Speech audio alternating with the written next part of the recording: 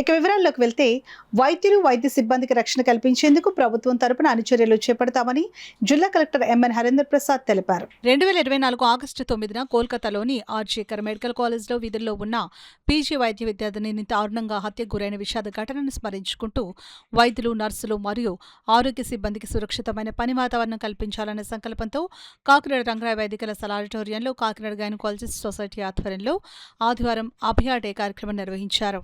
అభయ దినోత్సవాన్ని వాగ్దాన్, ప్రతిజ్ఞ మరియు interactive forum Kakinada obstetrics and gynaecological society ఆధ్వర్యంలో ఘనంగా నిర్వహించారు. ఈ కార్యక్రమానికి Kakinada gynaecologist society president doctor AL Satyavathi అధ్యక్షత వహించి జిల్లా కలెక్టర్ ఎంఎన్ హరేంద్ర ప్రసాద్ ముఖ్య అతిథిగా, 3వ అదనపు జిల్లా judge Anandani, additional SP Kishore Kumar, BME doctor Vishnuvardhan విశిష్ట అతిథులుగా పాల్గొన్నారు.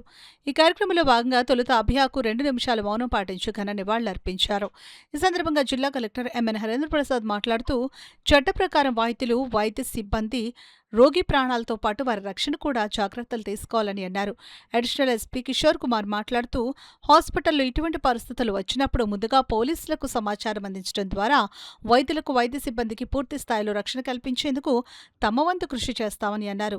డిఎంఈ డాక్టర్ విష్ణువర్ధన్ మాట్లాడుతూ, మెడికల్ కళాశాల ఆసుపత్రుల్లో సీసీ కెమెరాలు ఏర్పాటు చేయడంతో పాటు వారికి రక్షణ కల్పిస్తున్నామని అన్నారు.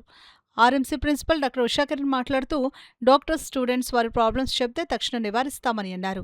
Kakinada gynaecology society president doctor ML Satyavathi మాట్లాడుతూ, ఈ రోజు వైద్యులు, వైద్య సిబ్బంది భయం గుప్పెట్లో తీవ్ర ఒత్తిడితో పనిచేసే పరిస్థితి నెలకొందని, ఏదైనా సంఘటన జరిగినప్పుడు పేషెంట్ తరపున వచ్చేవారు ఏం చేస్తారో అనే భయం గుప్పెట్లో ఉండవలసి వస్తుందని, ప్రభుత్వం వైద్యులకు, వైద్య సిబ్బందికి రక్షణ కల్పించే విధంగా చర్యలు చేపట్టాలని కోరారు.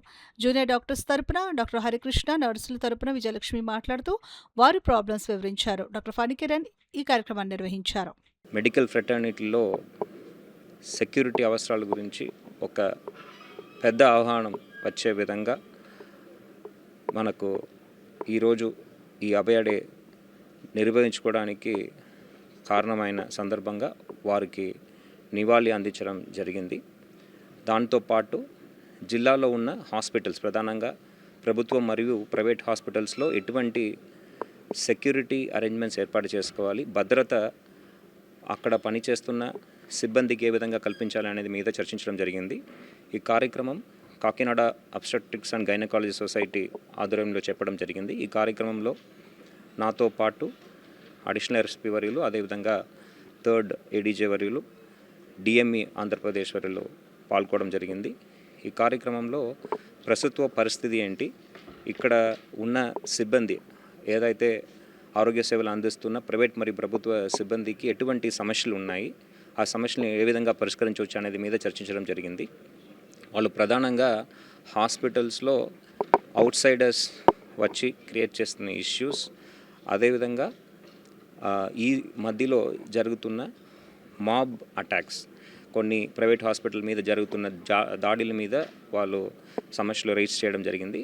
వారందరికీ కూడా జిల్లా యంత్రాంగం, పోలీస్ మరియు రెవెన్యూ శాఖ మరియు అదేవిధంగా న్యాయశాఖ సమన్వయం అయి వాళ్ళకి న్యాయం చేసే విధంగా వెంటనే స్పందించే విధంగా చర్యలు తీసుకోవడం జరుగుతుంది చెప్పడం జరిగింది.